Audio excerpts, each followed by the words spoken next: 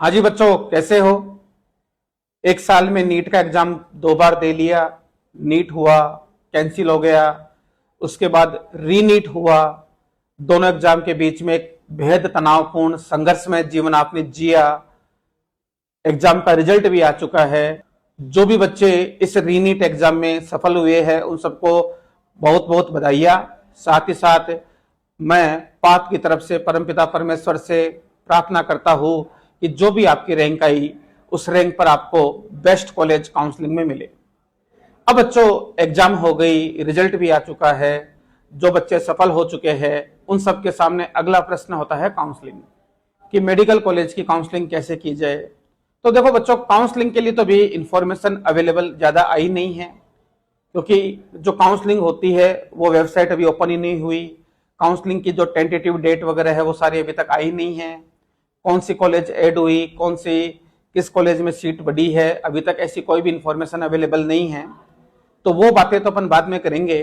अभी काउंसलिंग से पहले जो प्री रिक्वायरमेंट होती है, जो डॉक्यूमेंट्स अपने को कलेक्ट करने हैं, उन सब के बारे में अपन आज डिस्कस कर लेते हैं। ओके, तो जो भी आपकी काउंसलिंग होगी, चाहे आप ऑल इंडिया कोटा के थ्रू काउंसलिंग करो, चाहे आप स्टेट काउंसलिंग के थ्रू मेडिकल कॉलेज लो, चाहे एफएमसी के थ्रू मेडिकल कॉलेज में जाओ, चाहे दिल्ली कोटे के थ्रू आप मेडिकल कॉलेज लो, कुछ डॉक्यूमेंट्स की आपको रिक्वायरमेंट है। वो डॉक्यूमेंट्स की लिस्ट आप पीछे देख पा रहे हो।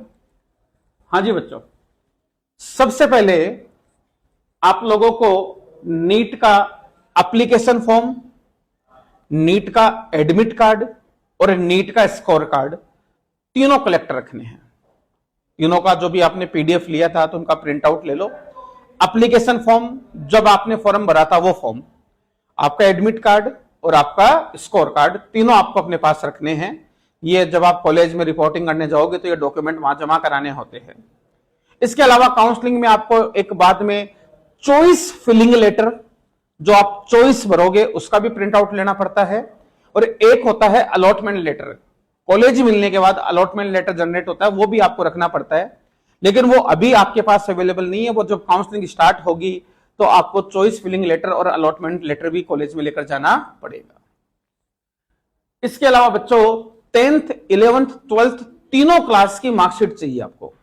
वैसे तो बहुत सारे स्टेट में 11th क्लास की मार्कशीट नहीं मांगी जाती, लेकिन फिर भी कोई स्टेट आपसे 11th क्लास की मार्कशीट मांग लेता है तो आपको वहां प्रेजेंट करनी पड़ेगी।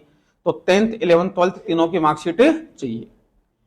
और मार्कशीट के साथ जो बोर्ड सर्टिफिकेट आता है वो साथ में अटैच होता है, वो उसी में लिखा होता है। मार्कशीट बोर्ड सर्टिफिकेट साथ ही होते, तो वो मार्कशीट और बोर्ड सर्टिफिकेट आपको चाहिए। उसके अलावा आपको एक date of birth certificate.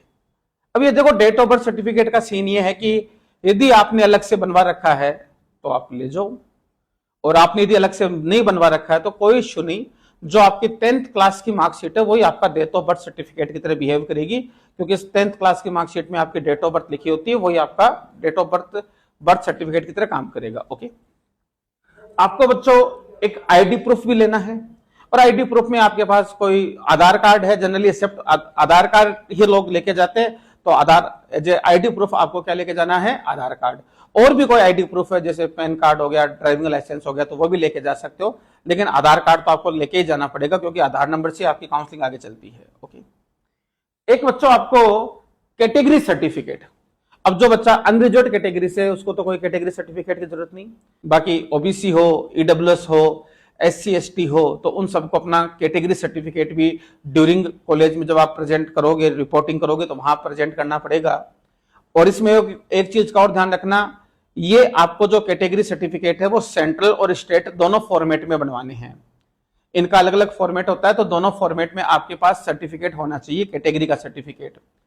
Additionally जैसे राजस्थान में एमबीसी का कैटेगरी सर्टिफिकेट अलग बनता है, गुर्जर कम्युनिटी से जो रिलेटेड बच्चे होते हैं एमबीसी कैटेगरी में आते हैं, तो उन लोगों को अपना एमबीसी का सर्टिफिकेट भी रखना पड़ेगा यदि वो स्टेट काउंसलिंग के थ्रू कॉलेज लेना चाहते हैं। ओके, इसके अलावा बच्चों डोमिसाइल सर्टिफिकेट, मूल निवास, ये भी आपके पास होना चाहिए। अब कई बच्चों का डाउट होता है, सर मूल निवास पुराना बना हुआ है। तो मूल निवास पुराना नया कुछ नहीं होता, बस डोमिसाइल सर्टिफिकेट होना चाहिए। जो भी बना हुआ चल जाएगा, आपके पास डोमिसाइल सर्टिफिकेट होना चाहिए, जिसको अपन मूल निवास बोलते हैं। एक आपके पास फोटोज होनी चाहिए। कौन सी फोटो, जो अपन ने फॉर्म में लगाई थी, डिटो वो की वो फोटो। जो नीट का अपन ने फॉर्म भरा था उसमें जो अपन ने फोटो पेस्ट करी थी वो कि वो आपके पास 10-15 फोटो कम से कम होनी चाहिए, क्योंकि वो कॉलेज में जब आप रिपोर्टिंग करोगे तो वहां डॉक्यूमेंटेशन में कई जगह वो फोटो आपको लगानी पड़ेगी। एक बच्चों आपको 12th क्लास का टीसी चाहिए और माइग्रेशन सर्टिफिकेट चाहिए। ट्रांसफर सर्टिफिकेट और माइग्रेशन सर्टिफिकेट दोनों आपको चाहिए। टीसी मतलब वो आपका जो स्थानांतरण पत्र होता है, और माइग्रेशन बोर्ड की तरफ से आपको आता है, तो वो टीसी और माइग्रेशन दोनों आपको लास्ट अटेंडेंट स्कूल है वहां से आपको करेक्टर सर्टिफिकेट या सीसी भी लेके आना पड़ेगा। सीसी बोल दो या करेक्टर सर्टिफिकेट लेके आना पड़ेगा।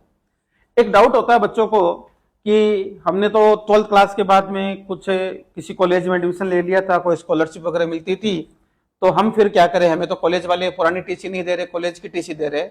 तो कोई इश्यू नहीं, उस केस में आप जो भी कॉलेज की टीसी माइग्रेशन सर्टिफिकेट है वहां से आप लेके आ जाओ, वो भी चल जाता है। ठीक है।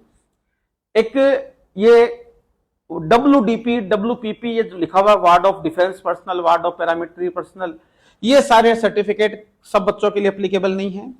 यदि आप आर्मी कोटे से, डिफेंस कोटे से या पैरामिलिट्री कोटे से सीट लेना चाहते हो, जैसे इसमें शहीदों के बच्चों की फर्स्ट प्रायोरिटी होती है, जो लोग जो आर्मी पर्सन ड्यूरिंग आर्मी में घायल हो जाते हैं उनके बच्चों की सेकंड प्रायोरिटी होती है, तो उस कोटे में यदि आप सीट लेना चाहते हो तो आपको WDP WPP सर्टिफिकेट चाहिए, अदरवाइज आपको इन सर्टिफिकेट्स की कोई जरूरत नहीं है। एक PH सर्टिफिकेट, तो क्लियर है, PH सर्टिफिकेट उसी बच्चे को चाहिए जिसको PH कोटे में सीट लेनी है। आप इस चीज का ध्यान रखिए, यदि कोई बच्चा PH कैटेगरी में सीट लेना चाहता है, PH कैटेगरी में सीट के लिए ऑक्यूपाई अप्लाई करना चाहता है, तो उस बच्चे को किसी भी डिस्ट्रिक्ट हॉस्पिटल से बनाया हुआ PH सर्टिफिकेट मान्य नहीं होगा। कुछ डेजिग्नेटेड कॉलेज होती है जो कि NTA ड्यूरिंग काउंसलिंग उन कॉलेज की लिस्ट प्रोवाइड करेगी, उन्हीं कॉलेज से बनाया हुआ PH सर्टिफिकेट आपका मान्य होगा। बाकी PH सर्टिफिकेट लोकल अथॉरिटी जो भी बनाती है वो मान्य नहीं होंगे। जैसे राजस्थान में आप SMS से PH सर्टिफिकेट बनाओगे तो वो मान्य होता है, बाकी हर किसी जगह का PH सर्टिफिकेट मान्य नहीं होता। तो PH सर्टिफिकेट वाले बच्चों के लिए मैं बता देता हूँ, यदि कोई PH कोटे में सीट लेना चाहता है, अप्लाई करना चाहता है, तो PH सर्टिफिकेट का स्पेशली ध्यान रखिए। ओके, बाकी जो भी डॉक्यूमेंट्स है मैंने सारे बता दिए। इनके अलावा एक गैप सर्टिफिकेट ये होता है, ये कुछ कॉलेज डिमांड करती है, कुछ कॉलेज नहीं करती।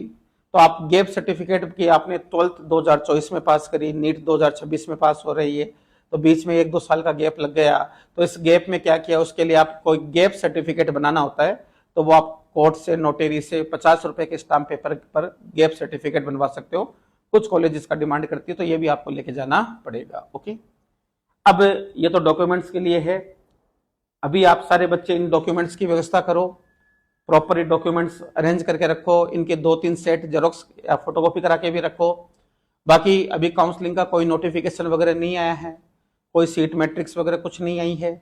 जैसे काउंसलिंग की आगे की इन्फॉर्मेशन आएगी तो काउंसलिंग कैसे करनी है, किस कॉलेज की क्या कट ऑफ रहनी है, किस रैंक पर कौन सी कॉलेज मोस्ट प्रोबेबली मिल जाएगी, किस रैंक पर कौन सी कॉलेज बेस्ट रहेगी, उससे रिलेटेड अगला वीडियो लेकर अपन जल्दी मिलेंगे। तब तक के लिए टेक केयर।